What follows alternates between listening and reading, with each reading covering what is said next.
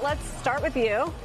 Fun to be back in the market zone with you. So another more than 2% up week here for the S&P 500. The Fed certainly was the big deal and the big event. How much of a game changer was it when it comes to the outlook for stocks?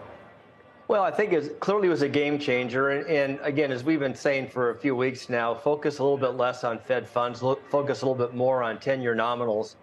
And so you see what's happened here in response to the perception that we're getting closer and closer to a Fed pivot. And so as 10-year nominals have come down below 4%, you really have kind of changed the landscape in terms of how investors are thinking about, both the macro picture, but then also the valuation picture for discounting future earnings. So, the setup's here pretty constructive.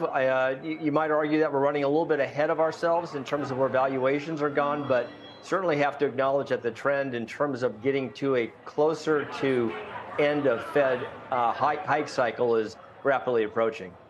Year-end target for you is 5,100 by the end of next year. Are you thinking of raising that? I know it's early to be doing such things, but you said it was a game changer, what we got from the Fed.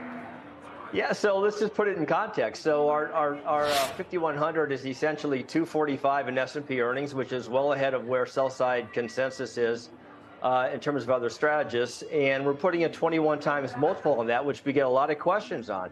So I feel pretty good about that framework. What has to happen, quite honestly, for us to end up pushing that target higher is to go to our, let's call it more bull case, which is a more defined soft landing, where you can actually get upside to your earnings projections and end the year closer to 260, let's say, and then talk about a more aggressive multiple.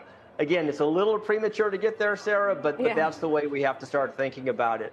But here's the thing. The market is so enthusiastic about rate cuts after this week that already you have Fed members out there walking back expectations in terms of March being premature. I expect a whole lot more of that kind of speak in the next few weeks. Is the market going to pull back and start to adjust the timing for the cuts? Yeah, our narrative, and I think this is a good narrative, is that, look we've had this great move. You don't get this type of move in the S&P without digesting it at some point. It is going to be, sort of news dependent on that.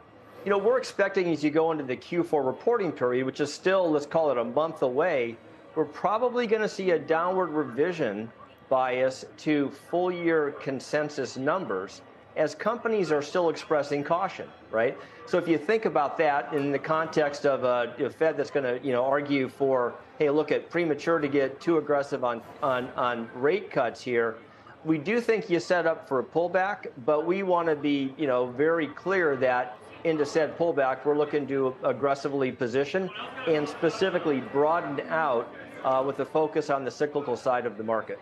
Does that include small caps, which have had quite a banner week?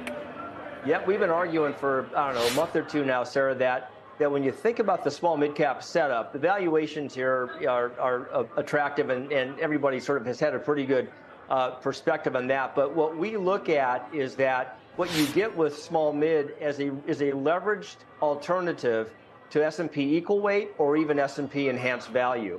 So what we think you get with small cap is a little bit more of a more aggressive play on an eventual Fed pivot and risk-on dynamic on the other side of recession fears.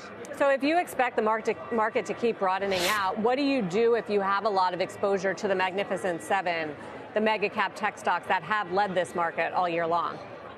In talking to investors, one of the narratives that comes out here is that you have pretty outsized gains relative to benchmark weights.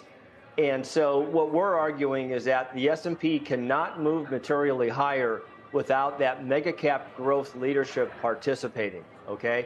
But on the heels of this year's performance, it's not a huge leap to say, hey, can you look at, as we think about reducing weights down to a more comfortable benchmark level, where do we reemploy those funds? And that's where we really begin to set the stage for a broadening. That and the opportunity, we think, with cash that's still on the sidelines, that thought it had time to move out the duration curve, that is now sort of, second guessing itself.